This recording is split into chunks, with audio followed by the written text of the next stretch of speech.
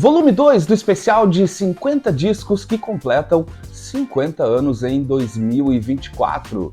A partir de agora em Altos Plays de 50 anos.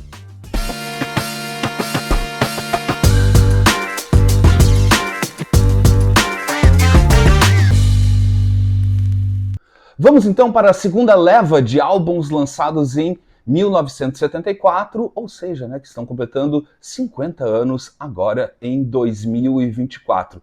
Nesse volume 2 eu vou trazer mais 25 discos para fechar os 50. Na verdade, vou trazer bem mais do que 25 discos, porque no volume 1 me atrapalhei nas contas e apresentei apenas 24. Então, para compensar, eu vou fazer o seguinte, já agora na largada, eu vou trazer como bônus alguns discos, inclusive, que já passaram aqui pelo canal, então você pode encontrar detalhes em outros episódios, então eu vou trazer na largada aqui esses primeiros álbuns que já apareceram em algum outro episódio que eu vou indicar aqui para vocês aqui no Altos Plays, e também outros que não vão entrar nesta segunda lista, nesse segundo volume, porque eu já imagino fazer ainda um volume 13, 4, de repente mais além aqui no canal, então também alguns que eu não vou trazer nesse momento, também já vou apresentar aqui na largada, só para citar mais alguns discos, então vamos lá, eu vou tentar ser mais rápido nesse volume 2, porque já ficou 1 hora de episódio, o volume 1, mas enfim, é muita coisa, é muito disco, muita coisa boa em 1974, vou tentar trazer o máximo possível aqui para vocês no Altos Plays. Então vamos lá, vou mostrar primeiro alguns que eu já apresentei aqui no canal em outros episódios, então não vou trazer nenhum detalhe aqui, vou só mostrar para vocês. Teve esse aqui, o Mahavishnu Orchestra, que participou do episódio Altos Plays Sinfônicos, que tu encontra aqui no canal. Também tem esse aqui de 7/4 do Idris Muhammad, que está no Altos Plays de bateristas, um disco maravilhoso, por sinal. Tem dois aqui que apareceram, aqui, vou trazer aqui o The Lafayette Afro Rock Band, com o Malik, e também o The Crusaders com o Southern Comfort, ambos apareceram num episódio especial do Altos Plays de Grooves. E agora, rapidamente, alguns que eu vou deixar para um outro episódio, porque realmente a Safra 74 é impressionante. Trago dois aqui, uma banda que lançou 2 álbuns em 1974, estou falando dos maravilhosos, do King Crimson, com o Starless and Bible Black, e no mesmo ano também sai o Red do King Crimson, então 7/4, maravilhoso. Também aqui, obra-prima também do Gil Scott-Heron, com The Revolution Will Not Be Televised. Tem ainda o Queen com esse clássico, o Sheer Heart Attack, também de 7/4, como todos que eu vou mostrar aqui. E também, para finalizar, um maravilhoso álbum ao vivo, um dos grandes álbuns ao vivo da história, na minha modesta opinião, Rory Gallagher com o Irish Tour de 1974. Então esses primeiros aqui apenas um bônus nesse episódio aqui. Na sequência vamos partir então para os 25 álbuns lançados em 1974 no volume 2. Vamos lá então, que comece o baile, então, vou trazer aqui então, sem nenhuma ordem de gosto, assim, todos eu gosto, na verdade, 74 foi um ano incrível, foram apenas os que eu fui encontrando aqui na minha discoteca, e como eu já falei antes, no volume 1, me impressionei e muito com a quantidade de discos que eu tenho de 1974, para facilitar, assim como no volume 1, eu vou fazer apenas em ordem alfabética aqui, para eu não me atrapalhar e também não atrapalhar vocês, então apenas aqui uma ordem alfabética para trazer então os 25 álbuns para completar então essa lista de 50, que vocês já viram que ficou bem mais de 50. Mas vamos lá, vou tentar ser bem dinâmico neste volume 2 aqui. Vou tentar, não sei se eu vou conseguir. E já começa com um clássico absoluto do rock brasileiro e da música brasileira, uma obra-prima aqui, do grande mestre, professor Arnaldo Batista, com o álbum Loki, obra-prima total da nossa música. Arnaldo Batista, esse aqui é o primeiro dele, assim que ele sai dos Mutantes. Essa daqui é uma prensagem, deixa eu pegar já o label aqui para vocês. Essa daqui é a segunda prensagem do álbum de 74, que sai aqui pelo label Fontana em 1980. 83, ainda por esse mesmo label, né, pelo Fontana, ainda saiu uma outra prensagem em 1985, e tem mais uma aqui que eu também já trago para vocês, que essa aqui é a reedição que saiu pela Polisson em 2017, tá aqui. Então esse aqui é a prensagem mais recente que saiu, então, do Loki, do Arnaldo Batista, né? E nessa prensagem da Polisson ainda vem essa parte interna, aqui, né? Com as letras que são geniais. Amo as letras do Arnaldo Batista e desse disco, então nem se fala.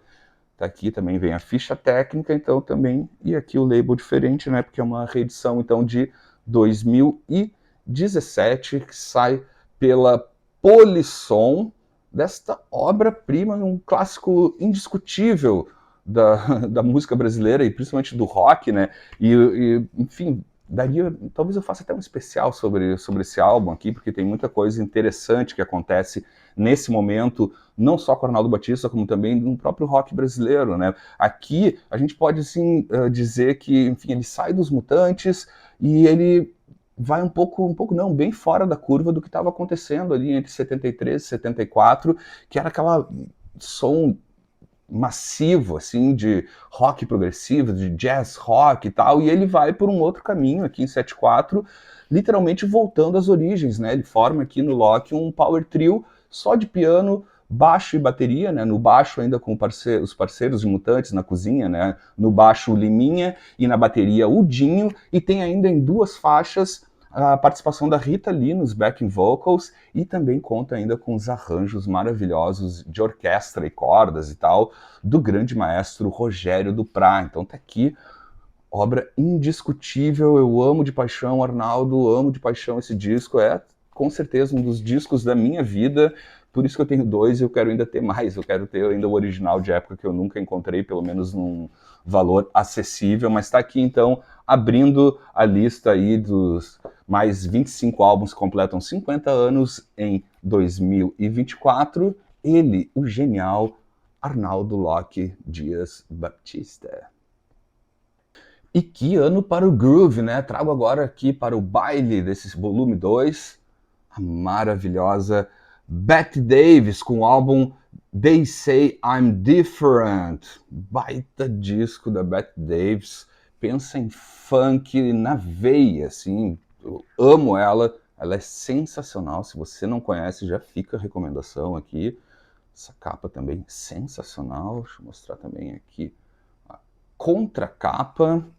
Essa edição é maravilhosa, na verdade isso aqui é uma reedição que saiu nos Estados Unidos, provavelmente no começo dos anos 2000, eu não tenho a data precisa aqui, mas olha que lindeza de edição, aqui, na verdade acho que ela saiu em 2007, isso, saiu nos Estados Unidos em 2007 pela Light in the Attic. Deixa eu mostrar o label aqui para vocês, já falo mais um pouquinho também. Tá aqui então, essa aqui é a reprensagem então que sai nos Estados Unidos pela Light in the Attic, esse label que é muito bom, por sinal, tem vários relançamentos que eles trazem. Essa edição aqui então deste álbum, que é o segundo álbum dela, vem ainda, olha que é genial assim, essa edição mesmo, é muito boa.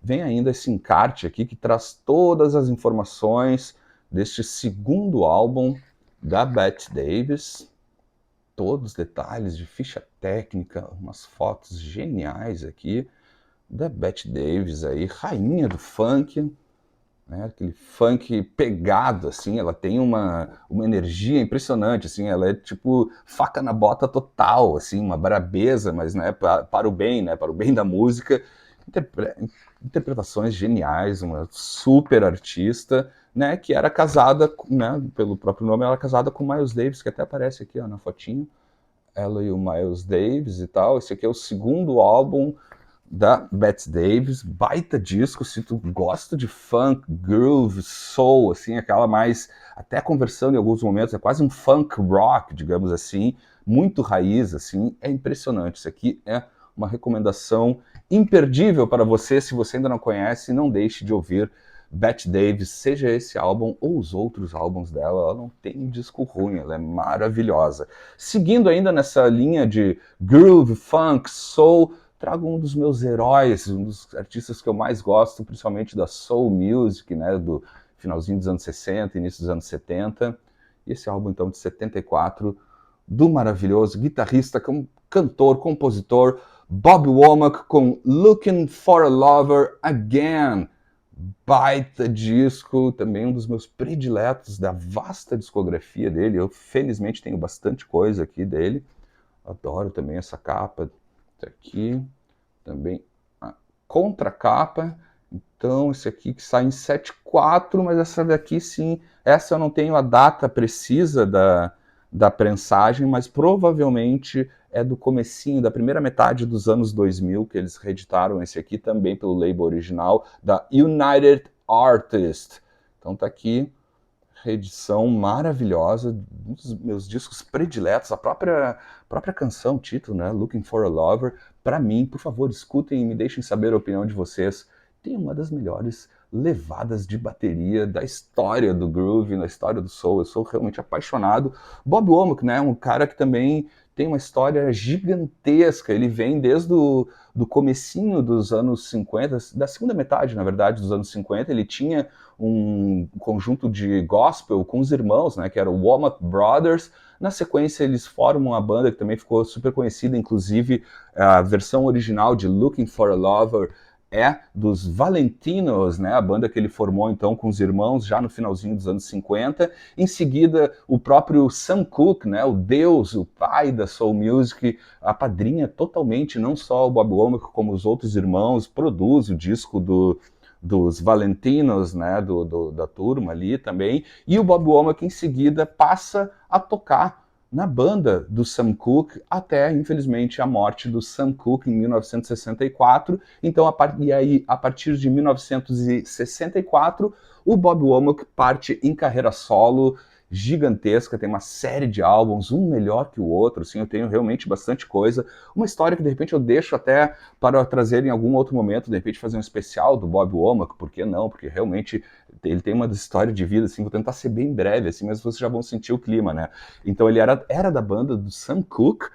Quando o Sam Cooke é assassinado em 1964, ele parte para a carreira solo, e não só isso, daí entrando um pouco na vida particular do artista, que eu não costumo fazer isso muito, mas aqui, enfim, é pelo menos curioso, se você não conhece a história dele ainda, ele, alguns meses depois da morte do Sam Cooke, ele vai lá consolar a viúva, todo aquele clima e tal, a Barbara Cooke, e acaba casando, então, com a viúva do Sam Cooke, e é uma história muito louca, assim, bizarra, inclusive, assim, que na sequência, ele já casado com a viúva do Sam Cooke, ele tem um caso com a filha do Sam Cooke, com a enteada, no caso, então, assim, é uma vida muito louca, assim, muito conturbada, mas o que vale, o que realmente interessa é a obra do artista e não a sua vida pessoal nesse caso, mas realmente fica a dica aí também de um baita disco de 1974. Se não conhece a discografia do Bob Womack, pode até começar por esse aqui, mas vai nos anos 60, anos 70, 80, enfim, tem uma longa carreira solo, então aqui, Bob Womack. Uma dobradinha de peso, e não é qualquer peso, mas uma banda que lança 2 álbuns em 74, e que álbuns, vejam bem, claro, não poderia ficar de fora. Deep Purple com o álbum Burn, esse aqui, o Burn, que sai primeiro na Alemanha em janeiro, e em fevereiro de 74 sai no resto do mundo. Então, no comecinho de 1974, sai esta obra-prima do Deep Purple, Burn, tá aqui. Deixa eu mostrar também a contracapa. Essa daqui é uma prensagem brasileira, provavelmente do comecinho dos anos 80, também não tem a data no disco, mas provavelmente pelo tipo da prensagem e tal, pelo label, né, que sai pelo Purple Records. Isso aqui é então uma edição brasileira certamente da primeira metade dos anos 80, disco fundamental do Deep Purple, marca então aqui também a chegada, né, a mudança na formação da banda, marca a chegada do Glenn Hughes no baixo e do David Coverdale nos vocais. Então esse aqui então sai no começo de 74, álbum genial, e também em Daí, já mais para o final do ano, eles soltam essa segunda pérola aqui, o Stormbringer, esse aqui então que sai em novembro de 1974, com essa capa que eu acho linda demais, já abro aqui para mostrar mais detalhes. Isso aqui é uma super edição, que eu já trago também um pouco mais de detalhes. Olha, gente, que capa maravilhosa. Essa daqui é a edição comemorativa de 35 anos, tá? Que sai em 2009, sai em 2009 aqui, nessa edição especial. Deixa eu mostrar a parte interna, deixa eu mostrar o label apenas de um, é um álbum duplo, tá? Vou mostrar apenas um dos labels, porque ele se repete, mas é um label bem interessante, bonito, assim, que sai, então, nessa edição comemorativa pela Purple Records, tá aqui, então, na edição de aniversário de 35 anos desse discão também, assim, impressionante, né? Eles vieram, assim, num auge criativo em 74, que eles lançam, então, no comecinho do ano, o Burn, e já na sequência, em novembro, eles vêm com essa edição. Deixa eu mostrar essa edição aqui, que realmente é super bonita, a parte interna, onde vem os discos, ó, vem todo, mas todo histórico, super bem detalhado, é uma edição, tem um som incrível. Então, no disco 1 traz a versão original, e no disco 2 também aqui, parte da arte aqui, super bacana. No disco 2 ele vem com bônus, na verdade, né, trazendo novas mixagens feitas pelo próprio Glenn Hughes. Então ele mexe aí nas mixagens a partir dos tapes originais e realmente fica uma sonzeira absurda aqui. E também tem ainda algumas 2 ou 3 faixas inéditas ou instrumentais e tal, mas uma edição maravilhosa. Realmente aqui tu fica sabendo de tudo da história desse baita disco aqui, então, que marca então essa chegada aí do Coverdale, do Glenn Hughes. E confesso para vocês, na minha opinião, apesar de adorar as outras fases do Deep Purple, com Ian Gillan e tal, toda aquela turma e tal, eu sou time Coverdale. Eu acho ele um dos maiores vocalistas da história do rock, e desse rock, digamos assim, um pouco mais pesado, um hard rock dos anos 70, depois com Whitesnake. Eu sou fissurado no vocal dele, então ele já chegando com tudo aqui, com 2 clássicos absolutos do Deep Purple de 1974. Então esse aqui, o Burn, lá sai em janeiro e fevereiro de 74, e em novembro de 74 eles vêm também com mais um álbum, Stormbringer, obra-prima na discografia do Deep Purple. 1974 é impressionante mesmo em vários gêneros musicais. Tá aqui, Deep Purple. Fugindo um pouco do padrão do que eu tenho trazido aqui, não só nesse volume, como no volume 1, eu vou trazer agora uma coletânea, que ao mesmo tempo é uma coletânea e também não é, mas enfim, vocês vão entender. Trago para vocês aqui do meu ídolo máximo, Duane Allman, com o Anthology, volume 2, que sai então em 1974. Tá aqui, capa, deixa eu mostrar o volume 1 que saiu em 1972, tá?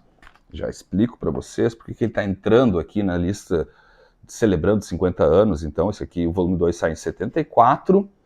Tá aqui, né? Capa. Deixa eu mostrar também a contracapa. Essa aqui é a prensagem original americana. Deixa eu mostrar o label aqui para vocês, que sai pelo label clássico, assim, que sai boa parte da discografia dos Allman Brothers e tal. O Capricorn. Então tá aqui uma prensagem original de época americana, então, desse volume 2, né, que vem nessa série que eles fizeram, foi, né, após a morte do Duane Allman em 1971, então em 72 sai o volume 2, e na sequência sai este aqui, que, em 74, que é o volume 2, na verdade. Então, né, deixa eu abrir aqui para falar um pouco sobre por que ele está aqui nessa lista, porque, claro, ele é uma coletânea, porque, enfim, vem diferentes momentos da carreira, né, do Duane Allman, antes de ele morrer muito jovem, em 1971. Deixa eu mostrar a parte interna. Claro que ele ficou muito conhecido, obviamente, pelos Allman Brothers Band, mas é o seguinte, ele também sempre foi um grande músico de estúdios, até antes da existência do Allman Brothers Band, né, a turma do Muscle Shoals e tal, toda aquela história.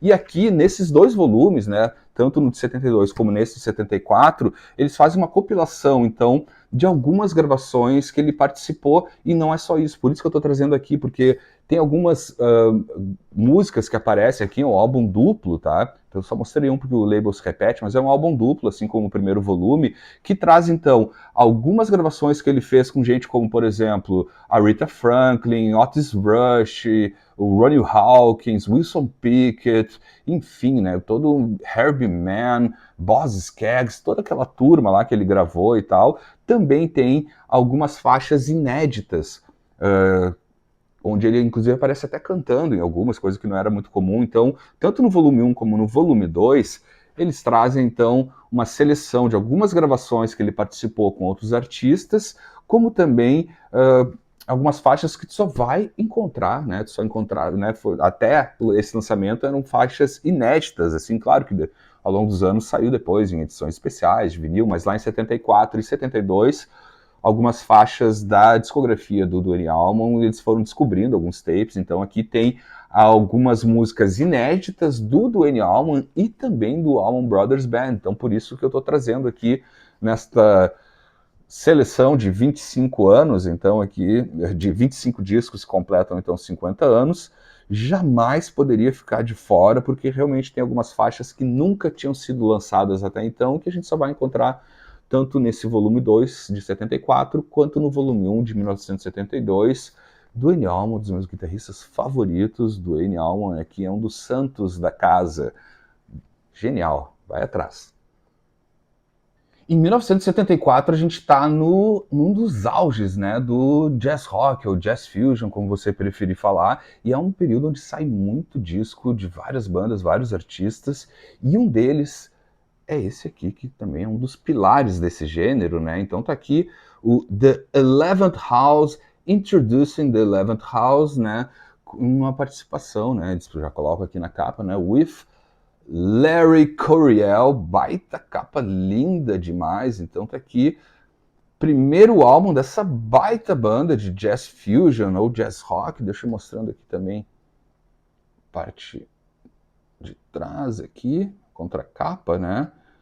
Então tá aqui, guitarrista fenomenal, né? Eu já falei sobre ele aqui em outros episódios. É um dos meus guitarristas de jazz ou jazz rock favoritos, o Larry Coryell aqui. E ele se junta aqui com uma turma maravilhosa, né? Entre eles o próprio Alphonse Mouzon, que está aqui também. Tem o tecladista, é impressionante, né? O tecladista e pianista, o Mike Mandel, né? Então estão aqui baita turma, um baita banda. Se tu gosta de jazz rock, jazz fusion e não conhece ainda o Larry Coryell, ou então essa banda aqui que ele formou, depois ele tem uma extensa carreira solo também, tá aqui esse disco então, que sai, inclusive, essa aqui que eu tenho uma edição brasileira, ó, que sai também em 1974, então uma prensagem original brasileira de 74, que sai pela Vanguard Records aqui no Brasil, trazendo então este primeiro álbum dessa banda então maravilhosa de jazz rock ou jazz fusion, liderada aí pelo grande guitarrista Larry Coryell, e com essa capa muito louca. As capas deles,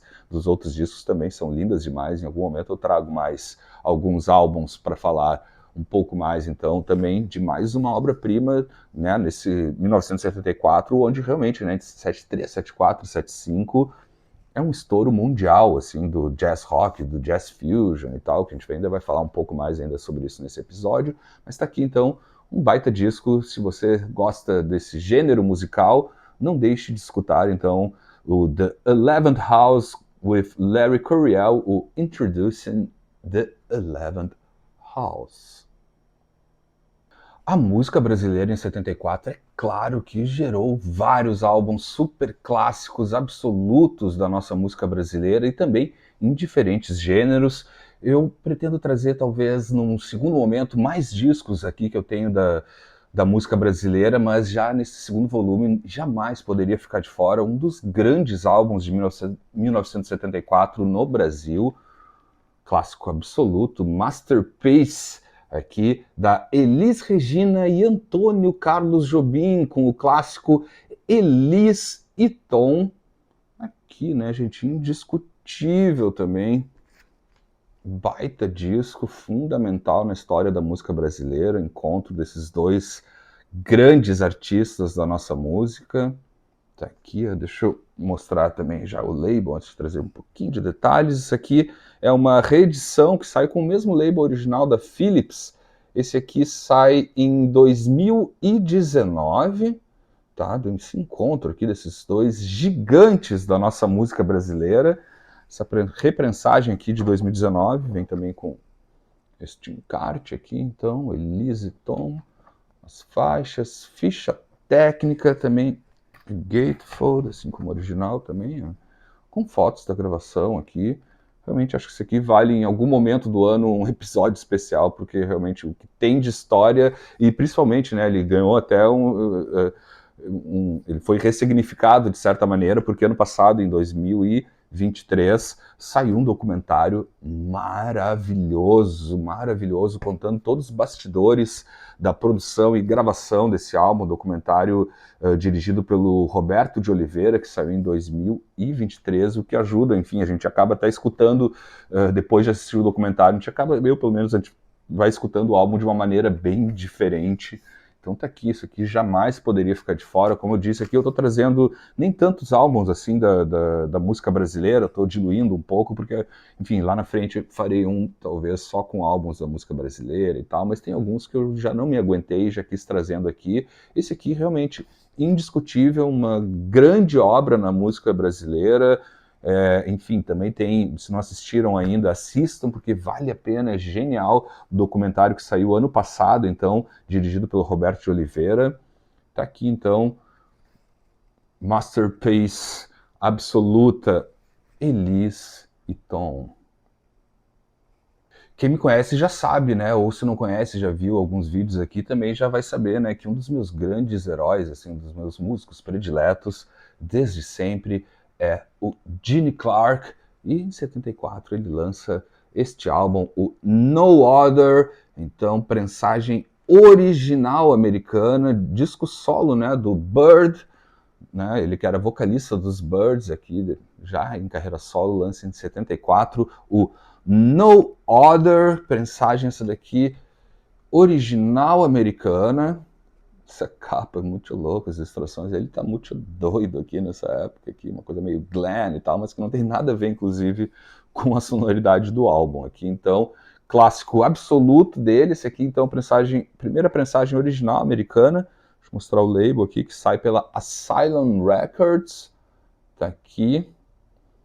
Baita disco, também a parte interna aqui, que vem o encarte com as letras, ficha técnica, tudo que você precisa saber sobre esta obra-prima também do Gene Clark aqui e tal. É um lindo disco, assim, aqui ele já conversa um pouco mais com o rock da época de 74, né? Então ele o que era muito mais característica nos álbuns anteriores, e em outros álbuns também, de uma coisa um pouco com o pé muito mais fincado no country rock e no folk rock também. Aqui ele já pesa um pouco a mão, inclusive a produção do álbum, assim, ele é um álbum super produzido, ele ganhou um baita investimento da Island Records e tal para gravar esse disco, e aí aquela loucura de produtor, né? O produtor resolveu trazer um monte de teclado, um monte de elementos e tal, e trouxe outro tipo de sonoridade que, aliás, não se repete na discografia dele. Então, esse aqui é um álbum muito mais, digamos assim, mais setentista, mais classic rock, assim, do que na linha do country rock e do folk rock do Gene Clark, tá? E, inclusive, como eu falei, né, é um disco cheio de elementos, de arranjos, de orquestras também, de vários teclados e tal. E na sequência não, bem depois, em 2019, saiu uma reedição desse álbum, um box, na verdade, com vários extras para loucura de qualquer colecionador. Ainda não consegui ter, mas é um dos, né, que está na eterna lista de desejos, porque o Gene Clark, eu tenho toda a discografia dele, tenho tudo que sai do Gene Clark, eu vou atrás, mas nem sempre tudo que eu quero eu consigo ter, porque realmente esse box muito caro, saiu um box especial, então, de 2019, se eu não me engano, em 2000, Isso, em 2019, um box então cheio de extras, e também o legal desse box, que dá para ouvir nas plataformas de streaming, é por aí que eu tô, pelo menos, me controlando por enquanto para poder escutar, mas o legal desse box é que eles dão uma limpada na mix, né, uma limpada geral, assim, né, porque realmente é uma super produção lá de 74, e a mixagem original, assim, realmente fica muita coisa, muita camada em cima de camada. Nessa reedição de 2019, eles dão uma limpada na mix, então traz uma sonoridade muito mais crua, assim, é quase que nem fizeram com o Let It Be dos Beatles, o Let It Be Naked, né, tirando aquelas cordas e tudo mais e tal. Nessa remixagem, então, nessa edição de 2019, tem toda uma limpada, e também é super interessante, por isso também é um objeto de desejo que eu ainda não tenho, mas está aqui a versão original, primeira prensagem americana desse disco. Se tu não conhece, fica aí mais uma recomendação, na verdade, um pedido: escutem Gene Clark, escutem esse disco, não vão se arrepender, lindo demais, meu Deus, meu ídolo máximo, Gene Clark. Um disco que já passou aqui pelo canal, mas passou de uma forma quase discreta, rapidamente. Ele aparece num episódio especial, bem do comecinho do canal, que eu fiz sobre as edições Promocopy. Então eu resolvi trazer aqui só para contar um pouquinho mais de detalhes, mas também já tem outras informações lá nesse episódio do especial sobre Promocopy. Eu tô falando desse álbum aqui, do Harvey Mandel, Feel the Sound of Harvey Mandel, de 1974. Então tá aqui, guitarrista americano, muito ligado à linha assim do blues rock, né, do blues e do blues rock ali do final dos anos 60, início dos anos 70. Baita guitarrista que tem uma história muito particular. Deixa eu mostrar o label aqui para vocês, que eu já falo mais um pouquinho. Ele sai então, essa aqui é uma edição, uma promocopy, que sai pela Janus Records, tá ali em cima, ali ó, escrito Promotional Copy Not for Sale. Você quer saber o que é isso? Vai no episódio especial sobre promocopies, onde aparece rapidamente esse disco. Então tá aqui uma edição original americana, edição Promocopy, então desse super guitarrista aqui, que tem uma história muito curiosa. Ele começa a carreira tocando em bandas ali, como o Kenneth Heath. Ele foi guitarrista do Kenneth Heath por muito tempo. Também ele toca, ele vai para a Inglaterra e toca também com o John Mayall, antes de seguir carreira solo. Logo em seguida, no começo dos anos 70, ele tem, na verdade, tem uma discografia enorme, antes de 74 já. Então aqui em 74 ele segue em carreira solo, depois de passar então pelo Kenneth Heath e também pelo John Mayall. E em 74 acontece uma coisa muito curiosa, entre 74 e 75, mais até, na verdade. Este belezão aqui, ele foi cotado em 1974 para substituir ninguém menos do que Mick Taylor. Exatamente, Mick Taylor, dos Rolling Stones, quando estava saindo.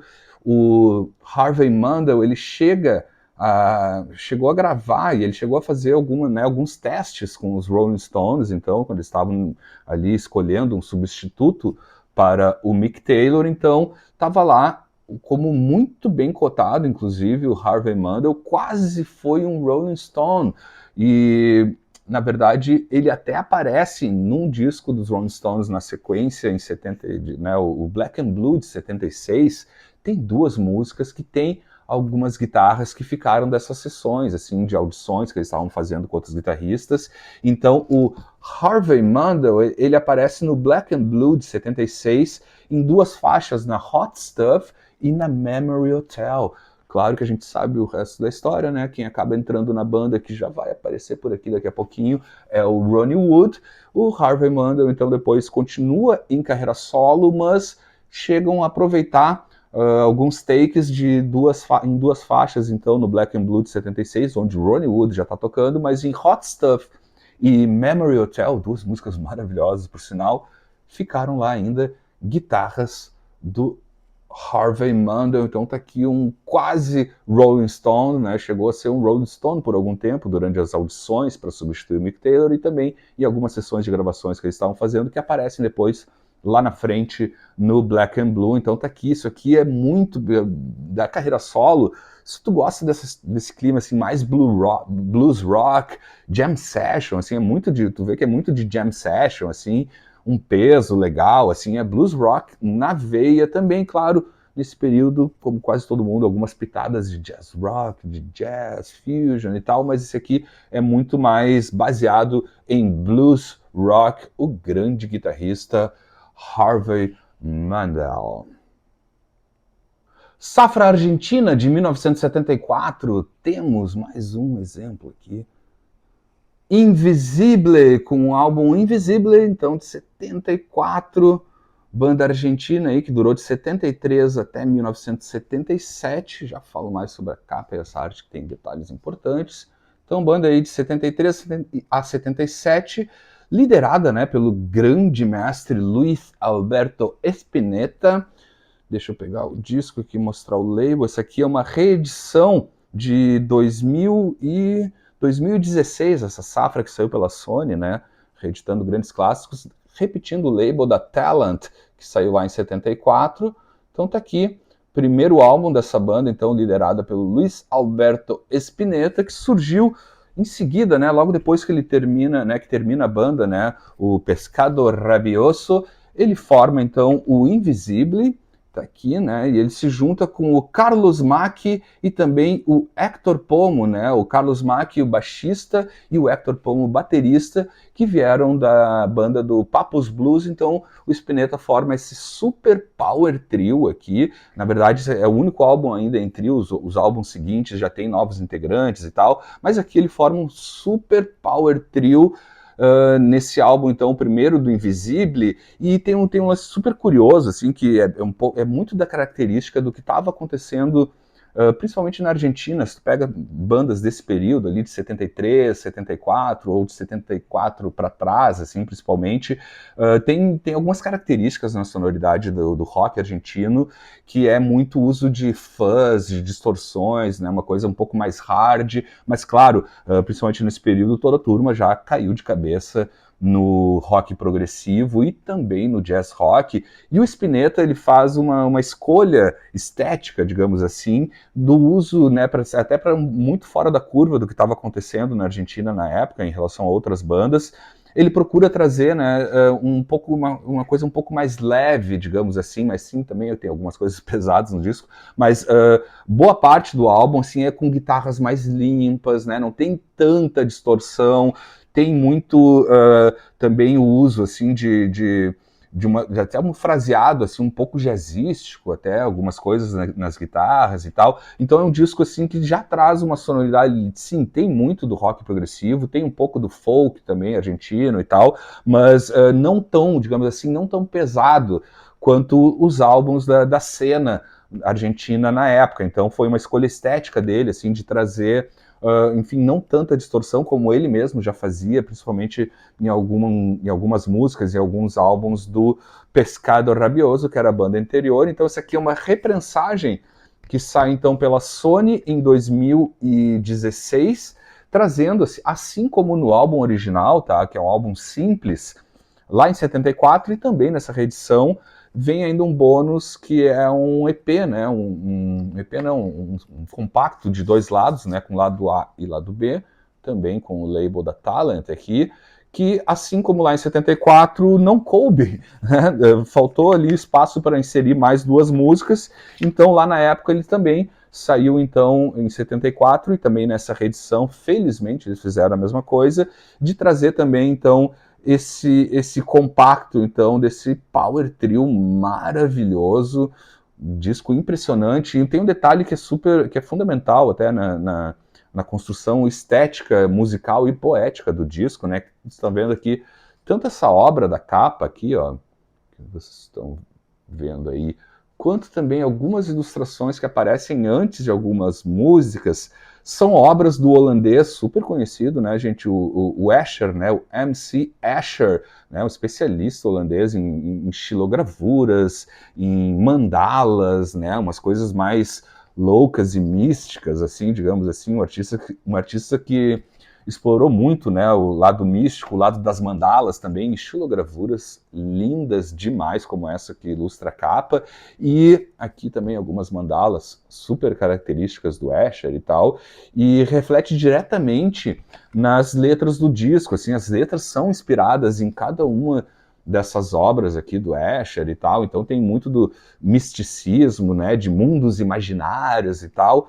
Gente, lindo demais, é para mim também uma das grandes obras-primas da história do rock argentino, na história do Luiz Alberto Spinetta, né, ele que tem várias bandas, várias formações, foi pipocando assim, vários tipos de gêneros também, mas aqui um dos pilares então do rock argentino e dessa cena assim que conversa muito ainda com o blues rock, com o rock progressivo, muito, e também alguma coisa já mais jazzística e tal, e aqui um disco, o primeiro deles, do Invisível, não conhece? Fica aí mais uma super recomendação, álbum fundamental e um dos meus prediletos do rock argentino e da discografia do Luiz Alberto Spinetta, esse gênio musical que a Argentina deu para o mundo. Invisível. Uma banda pouco lembrada ou reconhecida, não só a banda, como esse disco também, como é para mim uma das grandes bandas também dessa linha do rock mais clássico dos anos 70. Tá aqui, ó. James Gang com o álbum Miami, primeira prensagem original americana aqui desse álbum. Tá aqui a capa, com o Flamingo muito louco ali, também na contracapa. Aqui o James Gang, que eu já trago alguns detalhes também para vocês, estou mostrando o label então dessa prensagem, primeira prensagem original americana, que sai pela ATCO ou ATCO, lá nos Estados Unidos, em 74. Tá aqui. Tem também a parte interna, que daí eu já falo um pouquinho para vocês, essa banda de Cleveland, Ohio, que foi formada originalmente pelo grande guitarrista, o Joe Walsh, né? O Joe Walsh teve, então, essa banda aqui, né? O James Gang, tá aqui a parte interna, né? Formada em 1968, o Joe Walsh fica na banda até o final de 71, depois ele forma algumas outras bandas e tal, e também tem alguns discos da carreira solo, até chegar lá em 1975 e o Joe Walsh vira então o guitarrista e também compositor dos Eagles, né? Então a banda, digamos assim, original do Joe Walsh, né? Esse malucão guitarrista que eu adoro também, foi o James Gang, então depois ele parte de carreira solo e tal. Nessa formação aqui do James Gang, já com a saída do Joe Walsh, esse aqui que é de 74, já conta também com um super guitarrista que tem uma certa conexão até com uma banda que a gente já falou aqui. Deixa eu ver aqui, cadê ele na fotinha, aqui tá bem no cantinho aqui, ó. Tá ali. É o Tommy Bolin, né? Esse aqui é o segundo álbum do Tommy Bolin com o James Gang. O Tommy Bolin, que na sequência, lá em 1975, vai para o Deep Purple para gravar um outro disco que eu sou apaixonado, que sai em 75 e certamente vai estar na lista de 50 álbuns de 75 no ano que vem, mas está aqui também um guitarrista que eu adoro, tudo do Tommy Bolin, o famoso Tommy Boletas, que na sequência então desse álbum aqui ele grava um ainda em 73, o Bang, né, do James Gang, depois o Tommy Bolin grava ainda o Miami, então aqui em 74, em 75 ele deixa a banda e vai pro Deep Purple, discão, recomendo, se tu não conhece, aqui é super, também até para 74, digamos assim, também um pouco fora do que vinha acontecendo no mundo inteiro, assim, é um disco basicamente, assim, dá para dizer, assim, colocar ele num guarda-chuva muito mais de um rock clássico, assim, de um classic rock, do que toda aquela confusão, assim, sonora e maravilhosa que tinha de rock progressivo, de jazz rock, jazz fusion e tal. Aqui vem um disco de rock, e é impressionante porque o próprio Tommy Bolin também foi um guitarrista que flertou muito bem, gravando muitos discos de jazz fusion, com Afonso Mouzon também e tal, mas aqui então ele mostra, talvez seja até uma das credenciais dele para ter ido pro Deep Purple no ano seguinte e tal, porque é realmente um disco de rock, rockão pegado, valendo.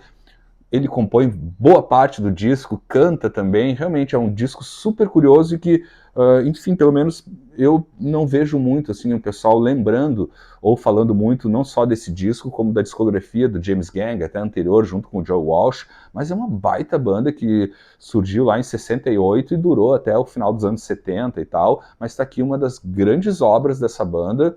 Vai atrás, que certamente não vai te arrepender se tu gosta de rock, classic rock, principalmente dos anos 70.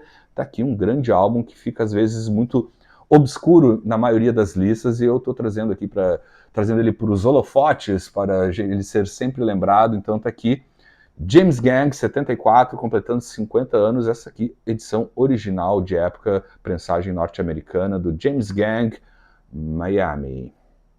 Mais uma prova da diversidade musical impressionante que teve em 74, com grandes álbuns super clássicos que completam então 50 anos. Vejam bem, Masterpiece também aqui do Kraftwerk, o Autobahn, lançado em 1974, quarto álbum de estúdio, né? Deixa eu mostrar a contracapa aqui. Quarto álbum de estúdio dessa banda então de Düsseldorf, na Alemanha. Aqui, gente, deixa eu até já trazer esse detalhe para vocês. Essa capa aqui, na verdade, a capa original, ela vem encartada aqui. Deixa eu pegar a parte interna aqui. Essa daqui, a capa original do Autobahn e contracapa é essa aqui que vem dentro do encarte, ó. Tá aqui.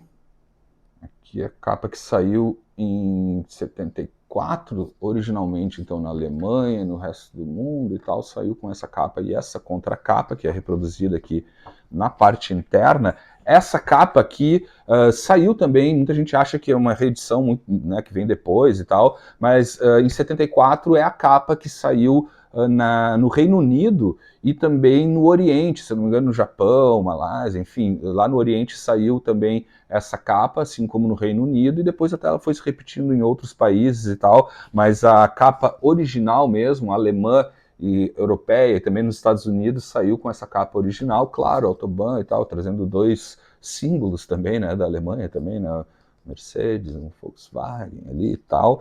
Essa daqui, gente, e é lindo, eu já mostro para vocês, deixa eu mostrando o label aqui. Essa aqui é uma reprensagem, uma edição que saiu na Europa em 2009, aqui, ó, pelo mesmo label, né, o label deles, o Kling Klang, né, que editava os discos deles aqui e tal. Álbum importantíssimo, esse aqui é o quarto álbum do Kraftwerk, mas ele traz algumas curiosidades, alguns detalhes, assim, que fazem realmente dele um álbum histórico, né? Um álbum único na história também da música e da própria banda, porque antes desse álbum de 74, né, eles trabalhavam muito mais, principalmente nos álbuns, assim, em dupla, né? A famosa dupla do Florian Schneider e do Ralf Hutter, né? Desculpa a pronúncia e tal, meu alemão nunca foi bom e tal, e jamais vai ser, mas enfim, né, era muito mais um duo, e nesse momento, nesse álbum aqui, entram mais dois integrantes, e também a própria sonoridade da banda, porque vamos lá, antes do Autobahn em 74 e tal, eles trabalhavam assim a música eletrônica, né,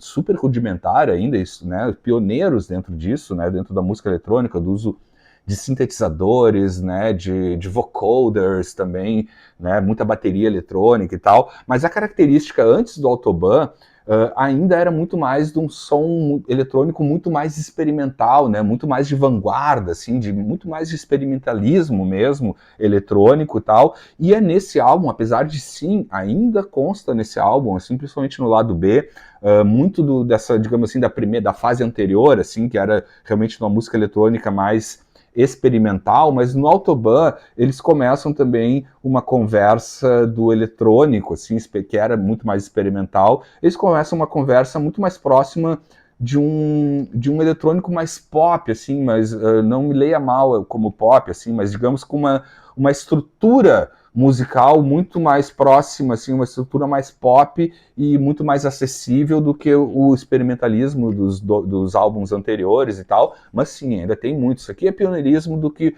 lá na frente, e eles mesmos vão se desenvolvendo com a própria tecnologia, vai favorecendo muito a banda, e também são um dos pais, né, um dos arquitetos do que a gente conhece hoje como música eletrônica de maneira geral, assim, isso aqui é uma das bases, pilares fundamentais, e essa edição de 2019, então, aqui, 2009, desculpa, que traz então a capa britânica e a capa original aqui, ainda traz um encarte super bonito que eu vou tentar mostrar para vocês aqui, que é muito legal, que é com as artes, né, a arte feita não só para capa e contracapa original, como também para essa capa aqui. Deixa eu mostrar para vocês, tentar mostrar para vocês. Vem com esse livro lindo demais, com mais algumas obras, né, do parceiro dele, né, o Emil Schulte, né, que é um grande artista plástico, né, artista gráfico alemão também, amigo deles, da turma, né, e inclusive ele não só fez a arte, como ele também participa do disco em algumas faixas, cantando algumas coisas, ele ajudou a compor um pouco de letra que tem aqui, mas a parte artística realmente, gente, olha só que maravilha. Então tá aqui, vem ainda com esse super encarte aqui, super livreto, melhor dizendo, né, que traz aqui então as obras do Emil Schulte.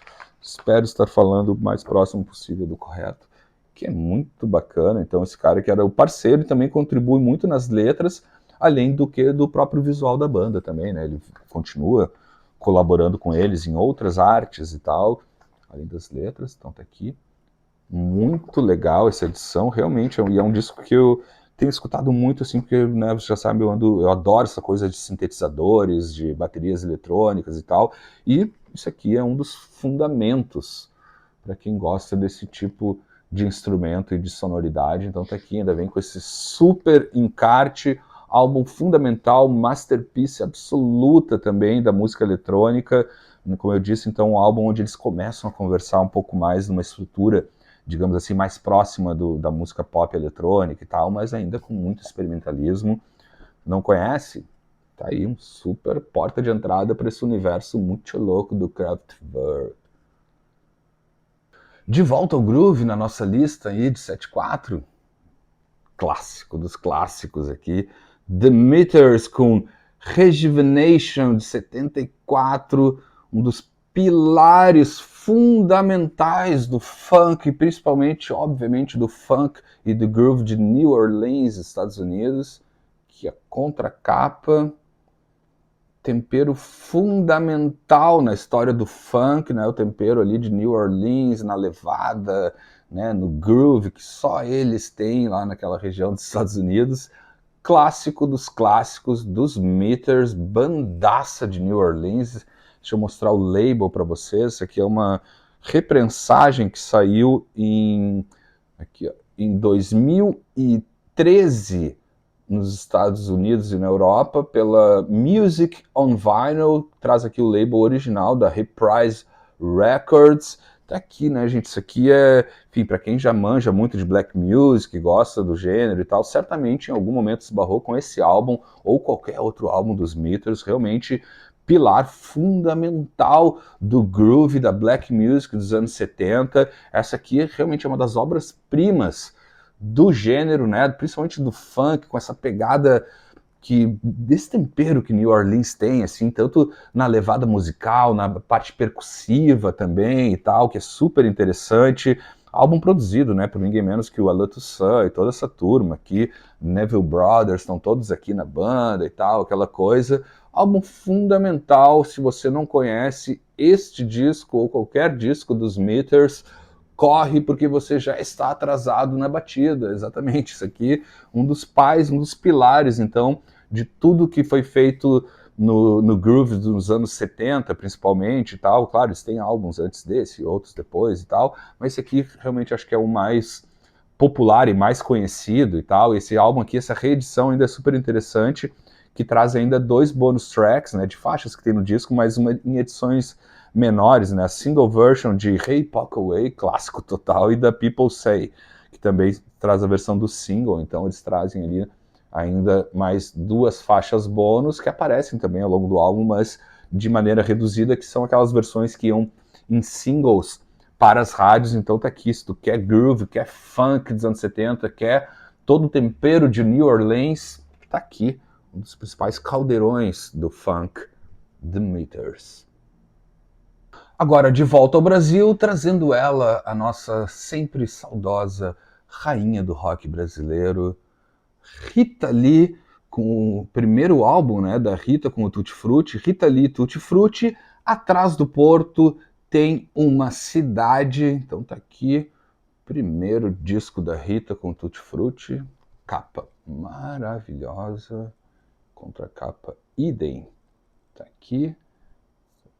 Super álbum dela, então, que sai em 74, do primeiro encontro dela com o Tutti Frutti, mais a Lucinha, que toca na banda também. Deixa eu trazer o disco aqui. Essa daqui é prensagem, para tirar uma poeirinha aqui que tem aqui.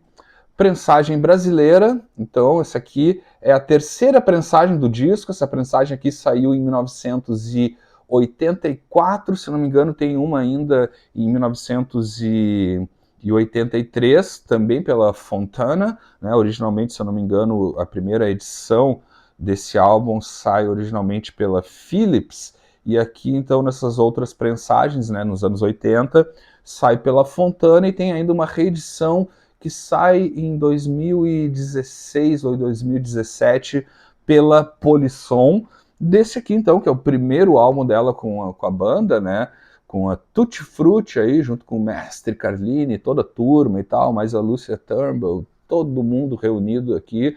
E aqui também, na verdade, assim, pelo menos para mim, assim, eu adoro esse disco, eu adoro qualquer disco do Tutti Frutti e tal, mas esse primeiro álbum aqui ainda é uma... Eu vejo assim como eles ainda tentando encontrar assim, uma sonoridade própria da banda, assim, porque, claro, de novo, né, gente, assim como todo o universo, o sistema solar em 73, 74, 75, até 75, tava todo mundo assim com algum pé no progressivo, algum pé no jazz rock e essa coisa toda, essa misturada. E aqui a Tutti Frutti, que depois na sequência vai indo muito mais para um rock clássico, aqui a gente ainda encontra alguns elementos de rock progressivo, até de jazz rock, com algumas exceções e tal, assim. Tem Minimoog, tem Mellotron e tal, então assim, pelo menos no meu ponto de vista, assim, ainda é um álbum onde eles estão procurando a própria, né, buscando a própria sonoridade que eles encontram, mas o que não deixa de maneira alguma de ser um baita disco, lindo demais, um super álbum também, dentro da história do rock brasileiro, por que não? E claro, também dentro da discografia da própria rainha Rita Lee. Então tá aqui o primeiro trabalho dela com o Tutti Frutti, que sai então em 74 e está completando 50 anos. Rita Lee, Tutti Frutti, atrás do porto tem uma cidade, Rita Lee Jones. 1974 marca também o lançamento de um dos álbuns favoritos da minha vida. Não acredito que esse disco está completando 50 anos agora em 2024.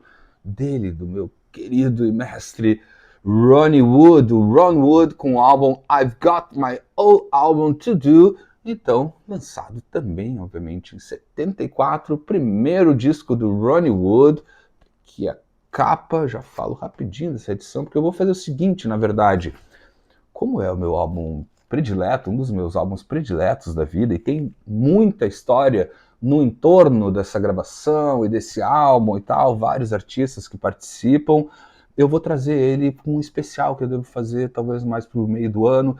Esse álbum ele originalmente sai em setembro de 74, então de repente até lá eu trago também mais edições, porque como vocês podem perceber aqui, ó, essa aqui é a prensagem original americana, First Press. Aqui tem até o adesivo que era da Rádio Globo, no Rio de Janeiro. Até aqui, deixa eu mostrar o label, que também tem o selinho ali da rádio, mas não tem problema. Aqui, prensagem original, primeira prensagem americana, de 74, pela Warner Bros. Records.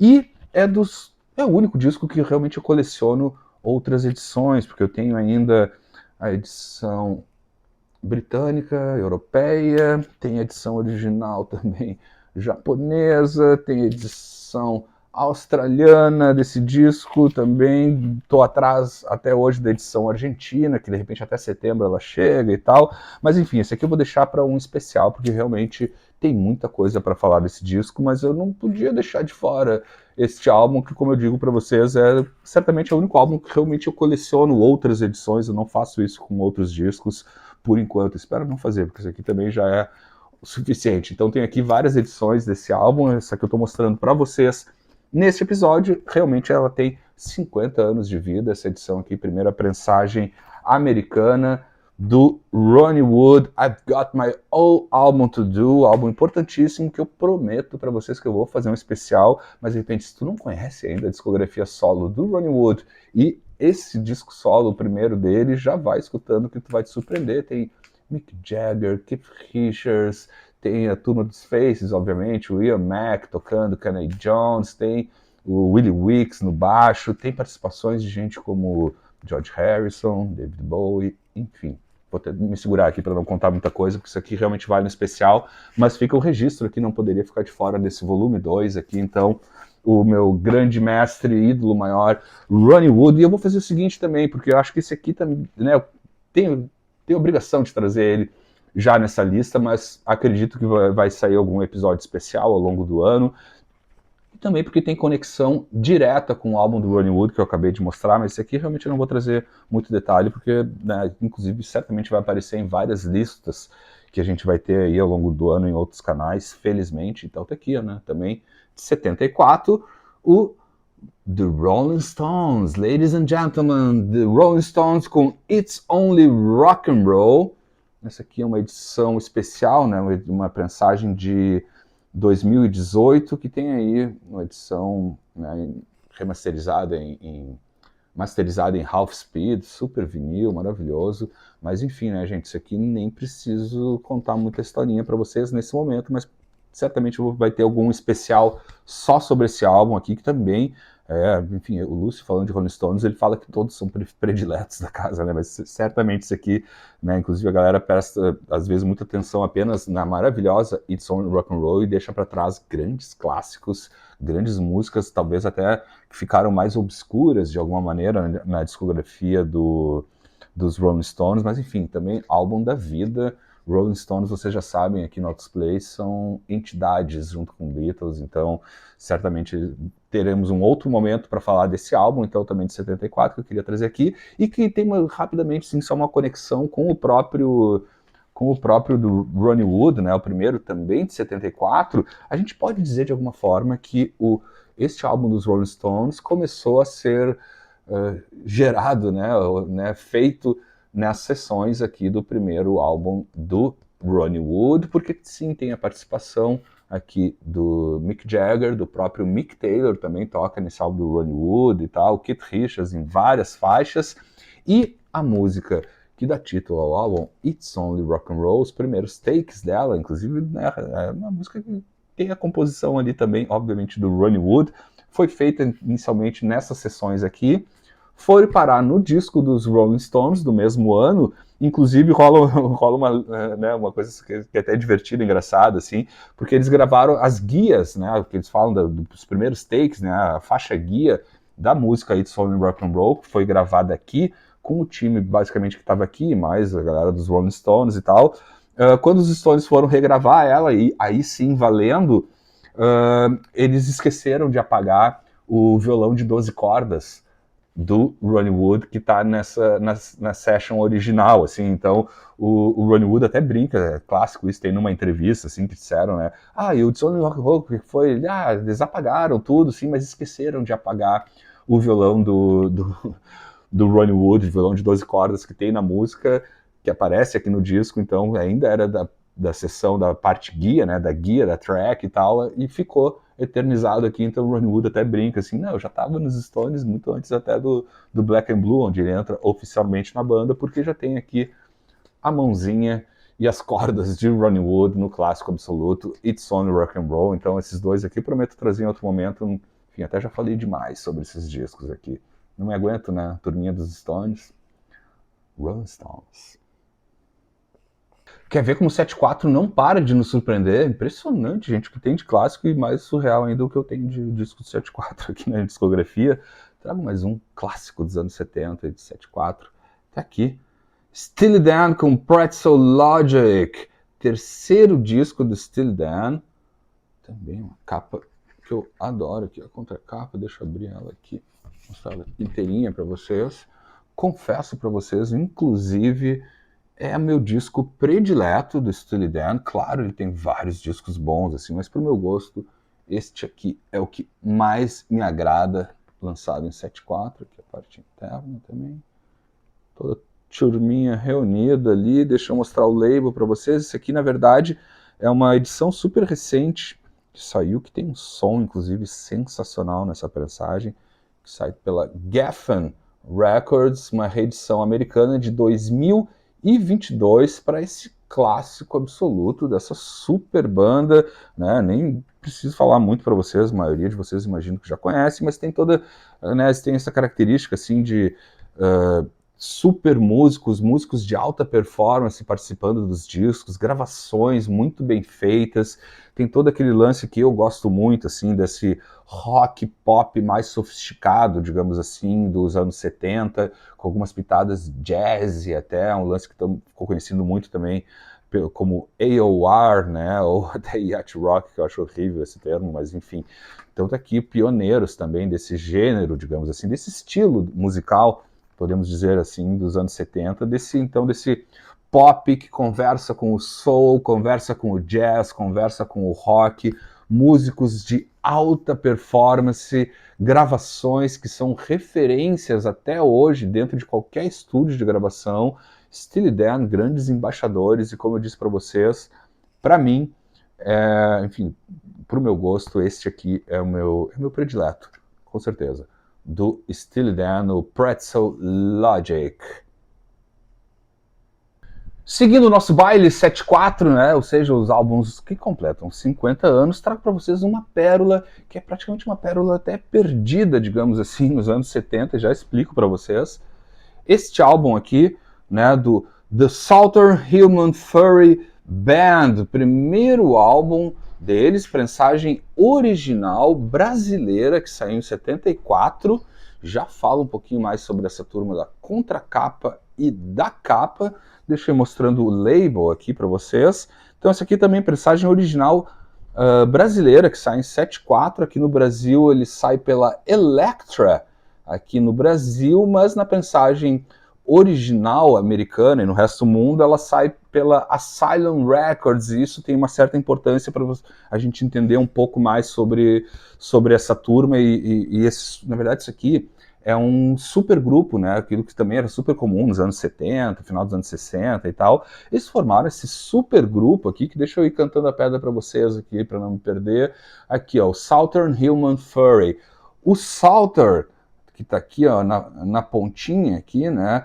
O Souther, ele ficou muito conhecido, era um cara mais de bastidores, inclusive, da turma do Lauren Canyon em Los Angeles, Califórnia, um grande compositor e letrista que tem músicas que aparecem em discos como, por exemplo, dos Eagles, tem várias músicas dos Eagles que ele é o compositor, do próprio James Taylor também, para Linda Ronstadt também, ele compôs um monte de músicas, então era um cara do country rock, do southern rock ou do folk rock, digamos assim, da turma de Los Angeles. Ele é meio que um guru da turma, assim, e ficava muito mais atrás dos holofotes, e aqui trouxeram ele para frente dos holofotes, então tá aqui no cantinho aqui, vocês podem ver, então aqui tá o J.D. Souther.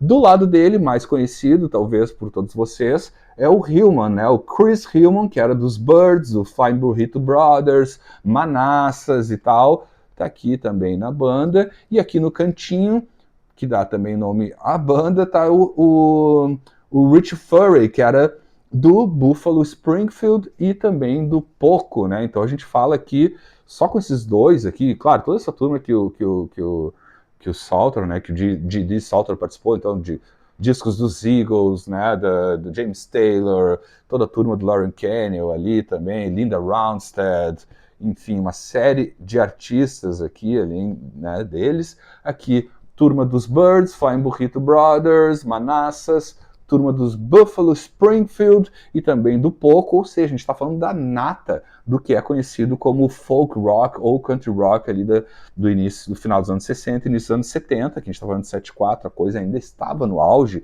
e ainda não bastasse só esse trio que dá nome, então, à banda, ainda tem outros músicos também fundamentais na história da música, do country rock, do folk rock, que aparecem aqui na contracapa, né? A gente tem aqui no cantinho, a gente pode ver ali o Jim Gordon, né, que era o baterista do Derek and the Dominos apenas. Do lado deles aqui, esse gênio total, o Al Perkins. O Al Perkins, muito famoso, um gênio do instrumento, né, do pedal steel ou steel guitar, mas muito mais do pedal steel, característico aí na música country, no folk, no country rock e tal. Também gravou com todo mundo. Flying Burrito Brothers ele gravou também muita coisa com várias bandas, até o próprio Manassas, enfim, todo mundo do country rock e de outros gêneros, se não me engano ele gravou até com ele é o que faz o pedal steel no Waka Jawaka, do Frank Zappa e tal, mas enfim, um gênio musical, assim, um grande músico de estúdio e tal também, aqui que botaram ele também na turma aqui. E no canto aqui, não tão famoso, assim, era o tecladista Paul Harris, mas que também era desse entorno, dessa turma e tal. Então isso aqui, para quem não tá muito ligado, então, no folk rock, no country rock e essa coisa, até com uma pegada um pouco mais pop, pode não gostar e tal, mas realmente eu sou apaixonado por esse tipo de gênero. Se tu gosta desse tipo de música, certamente vai gostar. Isso aqui, então, eles consideraram basicamente como um super grupo na época, por todos esses músicos fantásticos que aparecem aqui. E também, gente, faz muito sentido para a época, foi uma grande aposta da gravadora da original, né, da Asylum Records, que era o label que saiu originalmente, essa banda, então, que era capitaneado pelo Geffen Records, que depois funda, pelo Geffen Records, não, pelo Dave Geffen, que depois funda a Geffen Records, mas aí quando ele lançou a Asylum Records, essa daqui foi a grande aposta dele, porque pô, a gente está aí no auge de bandas como, né, de supergrupos também, de alguma maneira, assim, né, os próprios Crosby, Stills, Nash estourando, Crosby, Stills, Nash Young estourando no mundo inteiro, Manassas também, os próprios Eagles, né, estavam também já no auge do sucesso. E quando o Dave Geffen resolve criar a gravadora, ele contrata esses músicos para formar então esse supergrupo, até para tentar concorrer com o Eagles, com Crosby, Stills, Nash Young também, então, mas foi uma aposta que não deu muito certo, apesar de ser um disco muito bom. Se tu gosta de Eagles, gosta dessa turma, assim, mais nesse entorno, assim, de country e folk rock e tal, certamente tu vai gostar disso. Claro, tem uma pegada já, uma conversa muito mais perto da música pop, do rock pop e tal, mas ainda com o pé no capim loucura, como eu chamo, né, do country rock, do folk rock. Foi uma aposta que não deu muito certo, do Dave Geffen. Ele formou essa banda, lançaram só esse álbum em 74, se eu não me engano, tem mais um apenas em 75, passou quase despercebido, assim, pela mídia, até pelos fãs, não teve muito sucesso comercial e também não rodou muito em rádio, mas foi uma ótima tentativa que gerou esse baita disco aqui, The Southern Human Furry Band, um clássico perdido nos anos 70 dentro da linha do country e do folk rock. Tá aqui, vai atrás se tu gosta desse tipo de gênero, que pode ser que tu nunca tenha ouvido falar disso aqui, mas saiu inclusive em 74 no Brasil, ou seja, essa prensagem que está na minha mão brasileira tem 50 anos, mais um super clássico aí, celebrando 50 velhinhas. Mais um grande álbum da Soul Music, da Black Music dos anos 70, desta banda maravilhosa aqui, que é um nome difícil, nunca acerta, o Stylistics.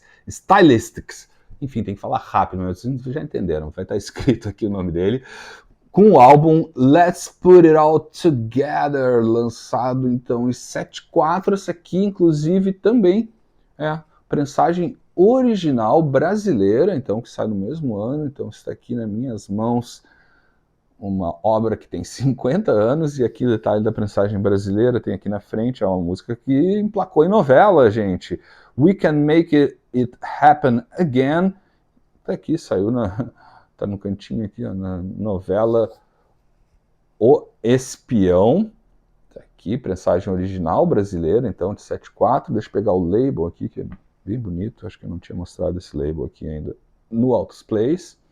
Tá aqui o AVCO, ou Avco, prensagem brasileira, então, dessa banda aqui, que na verdade, assim, ela tá dentro, assim, do que se chama, ficou muito conhecido e tal, do quase, podemos chamar, não sei se o correto é isso, de um subgênero dentro da Soul Music ou da Black Music, né? Eles foram especialistas no que ficou conhecido como Philly Soul ou Philly Sound, né? Que é a Black Music produzida principalmente, obviamente, né, na Filadélfia, principalmente nos anos 70 e ao longo dos anos 70, uma série de conjuntos tem como característica principal, digamos assim, essa sonoridade, né, que ficou conhecida como Philly Sound, arranjos de cordas, de orquestra, né, junto com muito groove, metais e tal, conjuntos vocais, né, assim como eles, vários outros conjuntos surgiram também nessa região ali dos Estados Unidos, que ficou então conhecida como The Philly Soul ou Philly Sound, que tem também uma característica, talvez assim, até muito mais próxima da Black Music com a música pop da época, assim, ou barra comercial, digamos assim, mas é genial e não deixa de ser também super curioso, porque realmente tem uma sonoridade própria, principalmente muito baseada nisso, né, do groove, do soul, com arranjos de cordas, né, com grandes orquestras participando, que acontece nesse disco, em outros discos deles também, e de outras bandas do gênero, e é isso então, uma das principais características ali do Philly Sound, do Philly Soul, que eles fazem parte então desse gênero, ou estilo, melhor dizendo, né, esse subestilo dentro da Black Music, é dessa galera então formada na Black Music da Filadélfia, que tem essas características então desses conjuntos vocais, conversam muito mais um pouco com o pop e tal, mas é cheio de groove, cheio de balanço, cheio de soul, como não poderia ser. Tá aqui mais um super exemplo da magnífica produção da Black Music nos anos 70. Vou tentar de novo. The Stylistics. Sei lá, tentei. O segundo álbum desse artista que eu adoro saía também em 1974, com essa capa genial aqui. O segundo álbum, então, do Tom Waits, The Heart of Saturday Night. Linda demais essa capa, essa ilustração maravilhosa. Deixa eu mostrar também aqui a contracapa. Tom Waits, né, gente? Também não preciso explicar muita coisa para vocês. Genial, super compositor, arranjador, letrista, músico, poeta das mais noturnas situações, tanto né, de Los Angeles como também de Nova York, enfim, baita disco também. Esse aqui é um dos meus prediletos do Tom Waits. Eu falar predileto Tom Waits é bem difícil, porque ele tem muito disco e muito disco bom, mas esse aqui mora no coração, o segundo álbum dele, bom demais. Deixa eu mostrar também a parte interna, que vem com algo fundamental no Tom Waits, que são as letras, né?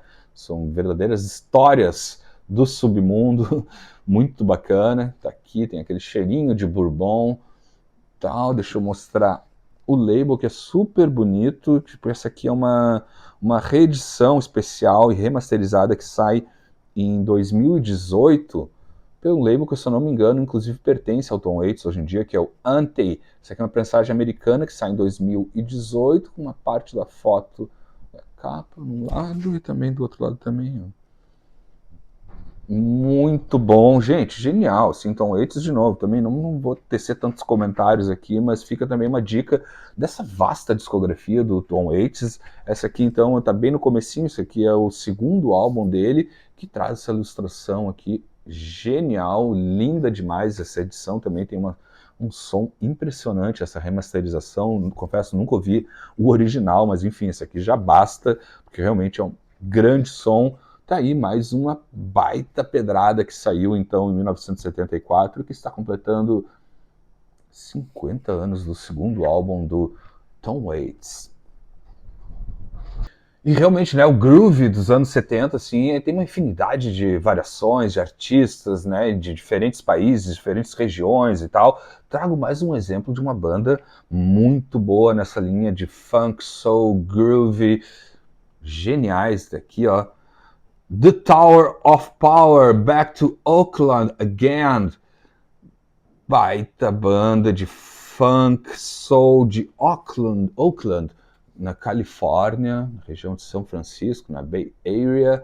Tá aqui então a contracapa, também banda fundamental ali dos Estados Unidos, nesse clima de grandes formações, né? Tu vê que é uma galera na banda maravilhosa. Eu tenho outros álbuns deles aqui. Esse aqui, então, de 74, acho que é o primeiro que eu trago deles aqui no canal. Certamente voltará em outros momentos também. Super banda, recomendo se tu gosta de groove, de soul, funk, música instrumental, música com letra também. Super formação de banda, os metais são geniais, altos arranjos. Deixa eu mostrar o label para vocês. Esse aqui é uma reprensagem holandesa de 2015 que sai, né, repetindo ali o label da Warner Records, mas sai pela Music on Vinyl, né, dessa banda formada no final dos anos 60, eles são de 1968, vão adiante aí durante os anos 70, se não me engano, até os anos 80 eles tocam e tal. Tem mais uns 3 ou 4 discos deles aqui. Esse é um dos grandes álbuns da discografia deles, e também adoro essa capa, assim, eu gosto dessas capas com fotografias e tal, certamente a ponte ali que vai em direção a Oakland, né? tá aqui.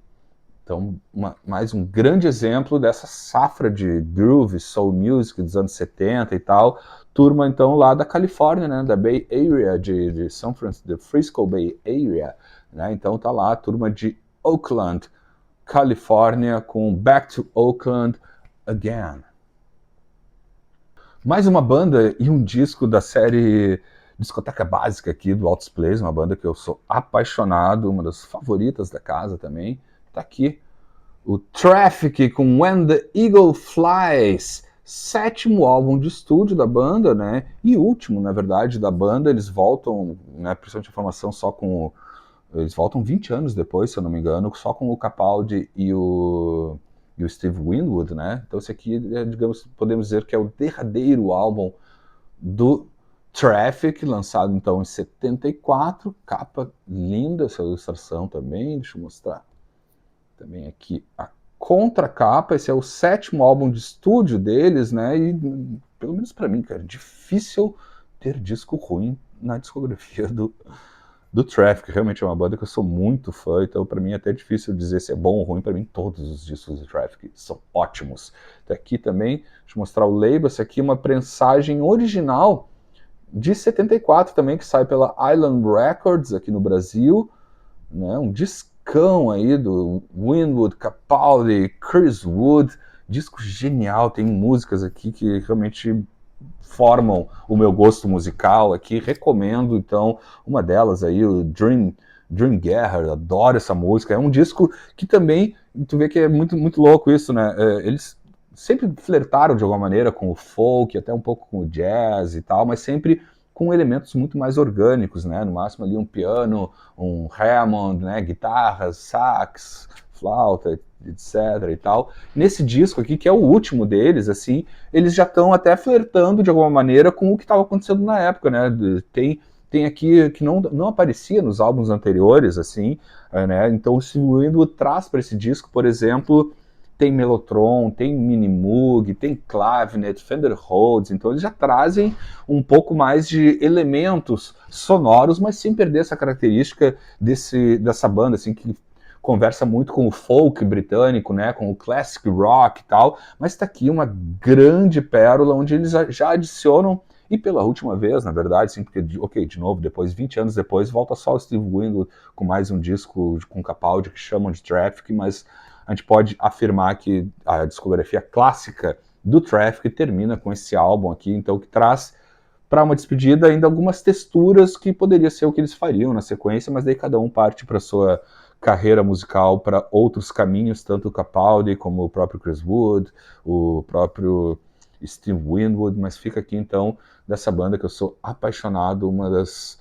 discotecas básicas aqui do Altos Plays, é o Traffic, que eu gosto bastante e não poderia ficar de fora este derradeiro álbum de 1974 do Traffic. E voltamos, é claro, a falar do jazz rock ou jazz fusion, como você preferir, que é uma das características desse ano de 74 no mundo da música, com seus grandes representantes do gênero, né? Tá aqui o Weather Report com Mysterious Traveler, de 74. Isso aqui, prensagem original britânica de época, então, First Press. Aqui a capa, que é muito linda essa capa, então. Também, né, gente, banda fundamental, né, do que a gente conhece hoje, né, e se conhecia já também na época como jazz rock ou jazz fusion e tal. Eles são pioneiros nisso. Esse aqui é deixa eu mostrar o label aqui para vocês, que sai então pela CBS ou CBS, né, que sai, esse é o 4º álbum de estúdio da banda. Marca a chegada, né, de um novo baixista, né, marca a chegada do Alphonse Johnson, né, que fica na banda até a chegada do Jaco Pastorius lá em 76 e tal, mas aqui já tem uma mudança na formação da banda, com a chegada do baixista Alphonse Johnson, que fica então até 76, quando é substituído, daí é uma outra história, né, longa história por sinal, pelo Jaco Pastorius lá em 76, também pérola fundamental, e também, se eu não me engano, é o último álbum com a participação do brasileiro, do Dom Romão, né, que participa, né, desde os primeiros álbuns como percussionista também, se não me engano. Esse aqui é o último álbum onde tem oficialmente na banda também o brasileiro Dom Romão, um grande gênio da nossa música, enfim. Esse daria certamente, vai dar ainda o que falar aqui pelo canal, porque é realmente um gênio da música brasileira, que tocou com todo mundo, inclusive fez parte da primeira formação do Weather Report, banda fundamental, então, para tudo que acontecia nessa época ali dos anos 70. Então, isso aqui realmente uma banda pilar, uma banda entidade, digamos assim, do jazz fusion e do jazz rock, por que não? Ou como você preferir falar, mas tá aqui, baita disco deles também, assim, tem uma sonoridade muito especial, tem realmente músicas aqui que nos levam para outros planetas misteriosos, né, nessa viagem misteriosa, o Mystery Travelers aqui, recomendo, muito doido, principalmente o lado B desse disco que eu acho genial, tá aqui, obra-prima também, então completando 50 anos, Weather Report. E chegamos ao último álbum desse volume 2, com mais 25, muito mais que 25, na real, mais álbuns, né, dos 50 álbuns que completam 50 anos agora em 2024. E para fechar, gente, também um álbum que eu vou deixar na manga para trazer em outro momento vários detalhes, que também vou falar de das minhas bandas prediletas de todos os tempos. Eu sou um Yes Maniac, então não poderia ficar de fora o álbum do Yes que saiu em 74. O Relayer tá aqui também, discão. Essa capa também, para minha opinião, uma das melhores capas do Yes, né, do Roger Dean, que fez pro Yes. Deixa eu abrir aqui para mostrar para vocês. Capa super clássica aqui, né? Essa daqui é uma prensagem brasileira. Deixa eu mostrar a parte interna aqui, que sai é uma reprensagem de 1979, é uma segunda ou terceira prensagem que sai no Brasil também. Eles estavam no auge da popularidade, principalmente no Brasil, em 73, 74, 75, enfim, influenciou muita banda aqui do Brasil. Deixa eu mostrar o label é clássico da Atlantic Records, só que aqui nessa prensagem brasileira de 1979, tem dentro do disco, eu não sei se fazia, acho que não fazia parte do encarte original, ou se o antigo proprietário, né, dessa edição que eu tenho aqui, tem ainda aqui as letras, né, não sei se é um xerox e tal, mas vem tipo um livrinho. Não tenho certeza se isso saiu na prensagem original brasileira, ou na americana, ou, enfim, europeia e tal, mas tem aqui pelo menos essa edição de 79. Pô, disco fundamental, realmente, assim, eu não tenho nem maturidade para começar a falar de Yes nesse episódio, senão a gente vai, de novo, mais 1h30 de episódio só sobre Yes. Mas, enfim, rapidamente, porque certamente esse é um disco que eu quero trazer em outro momento aqui no canal para falar do rock progressivo como um todo, em 1975, mas é o álbum, então, que marca a chegada do Patrick Morris, substituindo o Rick Wakeman. Aqui o Yes, ele vem, enfim, daquela coisa magnitude gigantesca que do ano anterior, né, com o Topograph of the Oceans, um álbum duplo gigantesco e tal. E aqui no Relayer, de alguma maneira, assim, é aquela coisa que, enfim, é uma teoria que eu quero desenvolver melhor com vocês num episódio especial sobre o progressivo de 74 e tal, que a coisa meio que vai desandando ou crescendo demais, que os próprios músicos vão misturando cada vez mais coisas, e aqui tem muito isso nesse disco do Yes. É claro, mega progressivo, mega técnico, assim, são músicos, obviamente, de alta performance, mas aqui também traz alguma conversa com o jazz rock, com o jazz fusion da época. Então aqui também a gente já tem um Yes bem diferente, numa fase de transição que dura essa formação apenas nesse álbum aqui, mas como eu disse para vocês, realmente acho que é um disco que vale ser melhor explorado no melhor sentido da palavra, e eu prometo trazer para vocês aqui, mas como um bom Yes Maniac, eu não poderia fazer um episódio especial com 50 álbuns que completam 50 anos em 2024, ou seja, os álbuns de 74, sem trazer algo do Yes, e principalmente esse álbum aqui que é super emblemático. Mas é isso, gente. Espero que vocês tenham aguentado até aqui, ou então, de repente, vai assistindo em pílulas, assim, tanto o volume 1 como o volume 2, certamente são 2 episódios muito longos para a gente assistir, mas, enfim, eu não me aguento, quis trazer vários discos, vários ficaram de fora, acho que vai surgir ainda volume 3 e um volume 4 ainda de álbuns que completam 50 anos, porque realmente saiu muita coisa, não só no exterior, como aqui no Brasil. Deixei muita coisa de fora que tem aí na discografia da música brasileira. Certamente vai render ainda outros episódios. Mas, por favor, se algum álbum que você sabe que completa 50 anos agora em 2024, ele não passou nem pelo volume 1 e nem nesse volume 2, me deixe saber, deixe aí nos comentários e tal, de outros álbuns, porque daqui a pouco são alguns dos que eu deixei de fora, que eu tenho aqui na minha coleção, e que certamente eu vou trazer em outro momento aqui no Altos Plays para vocês. Então é isso, a gente se encontra a qualquer momento aqui no Altos Plays. Até mais.